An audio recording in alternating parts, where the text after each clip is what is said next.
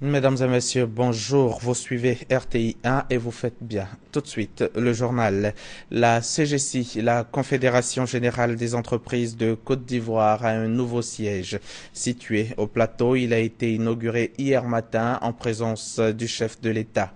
Le président de la République, Alassane Ouattara, a indiqué qu'avec ce nouvel édifice, le secteur privé ivoirien se dote d'atouts nouveaux et modernes pour assumer pleinement son rôle de moteur de la croissance économique et de la création d'emplois en Côte d'Ivoire. La page santé de ce journal à présent. Il s'agit du deuxième passage de la vaccination contre la poliomyélite dans le district d'Akoupé, Yakassé à Tobrou. La campagne s'est déroulée cette année à Bongwa, chef-lieu de sous-préfecture. Les parents sont invités à faire vacciner leurs enfants de 0 à 5 ans. Thérèse Tapeyoboué. Abongwa est situé à 42 km du chef-lieu de la région de Lamé, à Zopé. Cette sous-préfecture compte 4800 âmes, 3 gros villages et 5 campements. C'est cette sous-préfecture qui a abrité cette année le lancement du deuxième passage de la vaccination contre la poliomyélite dans le district d'Akoupé, Yakassé à Tobrou. Plus de 7100 agents vaccinateurs sont mobilisés pour cette opération. Les responsables de la santé invitent les parents à ouvrir leurs portes aux agents vaccinateurs qui passeront dans leur domicile pour donner les gouttes aux enfants de 0 à 5 ans. Ils conseillent aux mamans de ne pas cacher leurs enfants pour leur propre bien. Le sous-préfet de la localité se joint également aux responsables de la santé par des conseils aux mamans, non sans avoir sensibilisé les populations sur les mesures prises par le gouvernement dans le cadre de la lutte contre la fièvre à virus Ebola. Hier, dans nos éditions de 20h et 23h, nous vous parlions d'une jeune maman qui avait mis au monde mercredi dernier 2 jumelles siamoises. Les filles sont nées dans des conditions difficiles.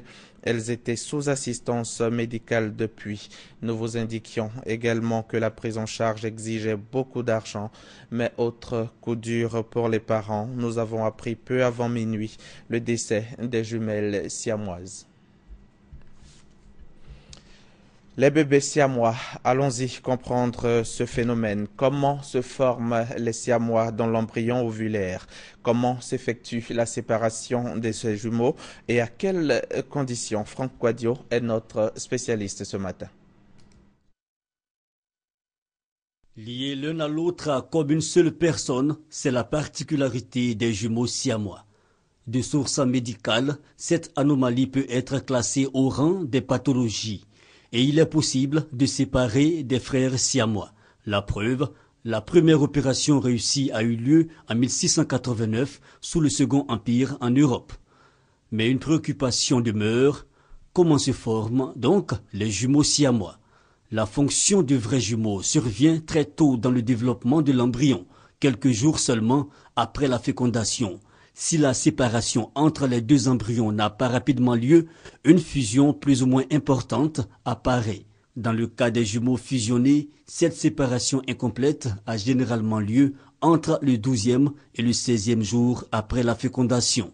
Pour ce qui concerne donc la séparation, c'est une opération risquée et complexe. Il n'est pas rare que l'un ou les deux sujets décèdent au cours ou après l'opération, mais tout reste envisageable, sauf pour les cas de siamois n'ayant pas chacun un cœur ou liés par la tête. À noter cependant, les cas de naissance de frères siamois ne sont pas légion. La fréquence mondiale est de une naissance possible sur 100 000.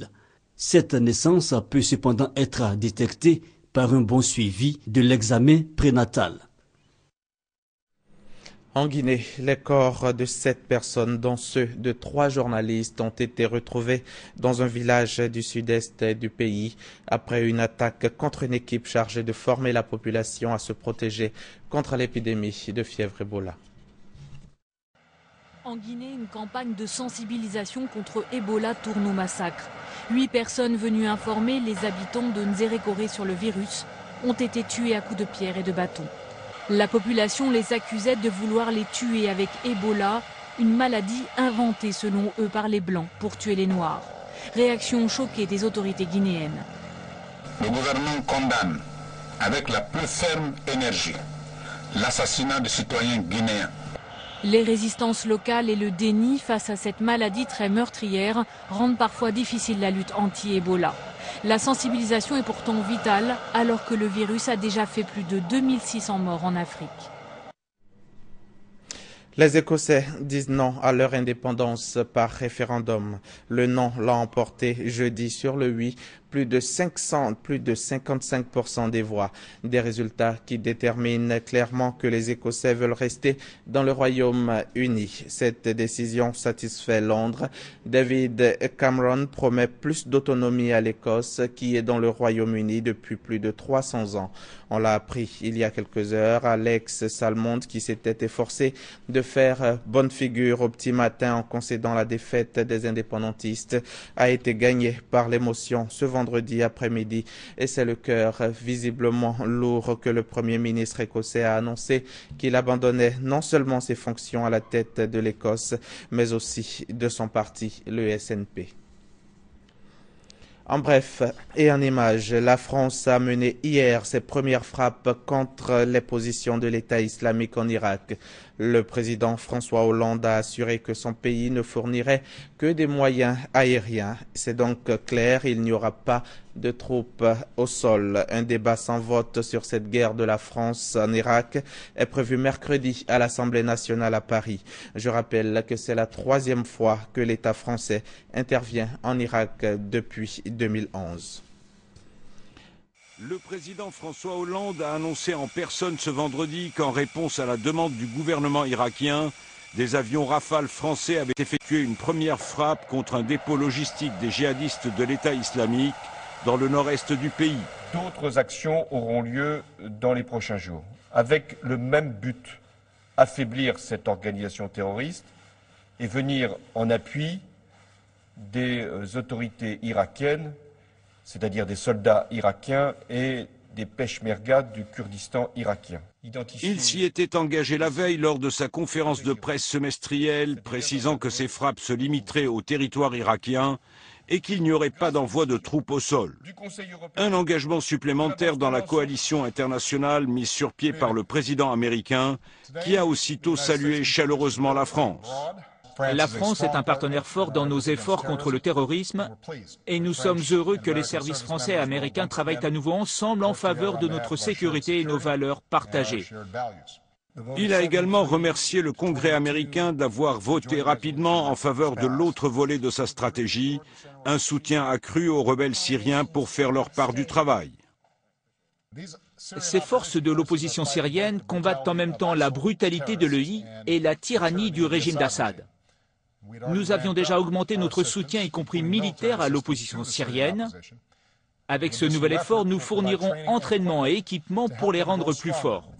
En effet, dans le nord-est de la Syrie, la guerre fait rage entre combattantes et combattants kurdes syriens et ceux de Daesh. En difficulté face à la poussée des djihadistes dans le secteur de Ain el-Arab, les combattants kurdes ont appelé les autres mouvements à la rescousse. Fuyant les combats, des centaines de civils ont quitté les villages de la région pour se masser à la frontière turque, créant un nouveau foyer de tension pour Ankara. Un mot de sport pour terminer. Demain dimanche 21 septembre à 15h et demain et demi au stade Robert Champrou de Marcory, le COI Sport de San Pedro affronte l'AC Léopard de Dolisie dans le cadre des phases allées des demi-finales de la Coupe africaine de la Confédération de football. Les Ivoiriens espèrent ce dimanche prendre une option sérieuse sur les Congolais en vue d'une place en finale. La bonne nouvelle est que l'accès au stade est gracieusement offert.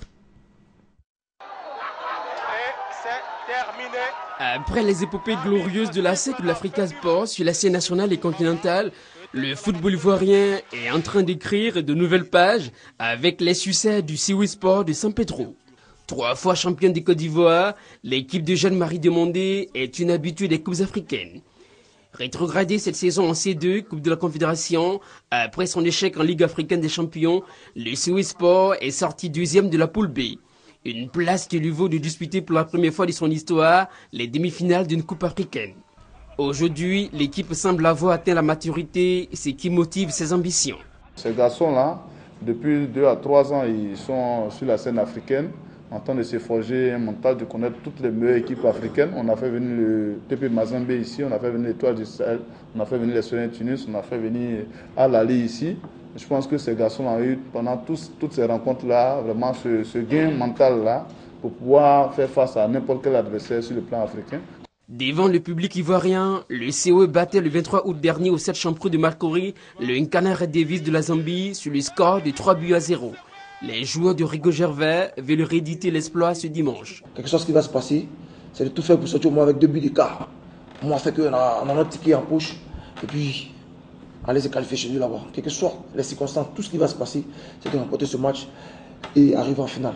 Maître pas, c'est l'OPA de Doulizi, c'est la mission des Portuaires qui ne se sont jamais inclinés en Coupe africaine sur la pelouse du stade Champrou. Le COE tient à préserver cette réputation, mieux obtenir une place en finale. C'est la fin de ce journal. Bonne suite de programmes sur RTI 1.